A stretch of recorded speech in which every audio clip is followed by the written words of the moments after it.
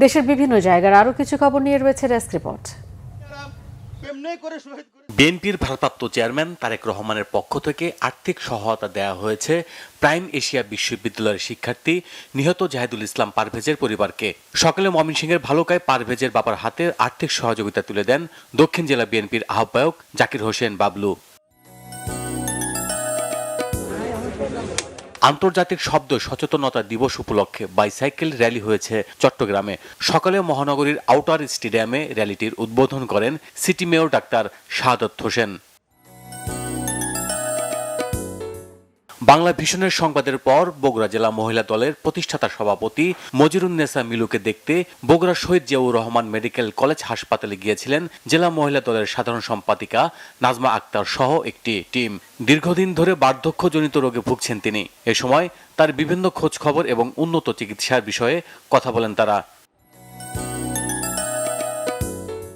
প্রতিবন্ধীদের মাঝে wheel chair সহ বিভিন্ন উপকরণ বিতরণ করা হয়েছে গোপালগঞ্জে। জেলা প্রশাসকের কার্যালয় চত্বরে এতে উপস্থিত ছিলেন জেলা প্রশাসক মোহাম্মদ কামরুজ্জামান। নিরাপদ আম বাজারজাতকরণ সভা হয়েছে সাতক্ষীরায়। সকালে জেলা প্রশাসন সম্মেলন কক্ষে এতে উপস্থিত ছিলেন জেলা প্রশাসক মোহাম্মদ মোস্তাক আহমেদ। ঝালকাঠিতে 4 বছরের শিশুকে ধর্ষণ চেষ্টার আসামি নির্জন শিকদারের জামিন বাতিল ও তার বিচারের দাবিতে মানববন্ধন হয়েছে। সকালে জেলা জজ আদালত প্রাঙ্গণে এই কর্মসূচি পালন করেন স্থানীয়রা।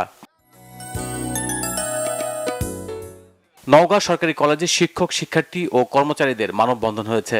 সকালে কলেজের সামনে বহিরাগতদের অনুপ্রবেশ বন্ধে প্রশাসনকে দ্রুত ব্যবস্থা নেওয়ার আহ্বান জানান বক্তারা। মাদকের ভয়াবহ পরিস্থিতির কবল থেকে রেহাই পাওয়ার লক্ষ্যে র্যালি, আলোচনা সভা ও মানববন্ধন হয়েছে সাভারে। এতে প্রধান অতিথি ছিলেন সমাজসেবক সালাউদ্দিন খান নাইম। ক্ষুদ্র নৃগোষ্ঠীর মাঝে ক্রসবিডি বকনা গরু বিতরণ করা হয়েছে জয়পুরহাটে। সমন্বিত প্রাণী সম্পদ উন্নয়ন প্রকল্পের আওতায় সদর উপজেলার ধলাহার ইউনিয়নে এতে উপস্থিত ছিলেন উপজেলা নির্বাহী অফিসার। নীলফামারীর সাবেক এমপি প্রকৌশলী শাহরিন ইসলাম তুহিনের মুক্তির দাবিতে মানববন্ধন হয়েছে। অ্যাসোসিয়েশন অব ইঞ্জিনিয়ার অ্যাপ এবং এক্সিডি ইঞ্জিনিয়ার বাংলাদেশ ইইবি এই মানববন্ধনের আয়োজন করে।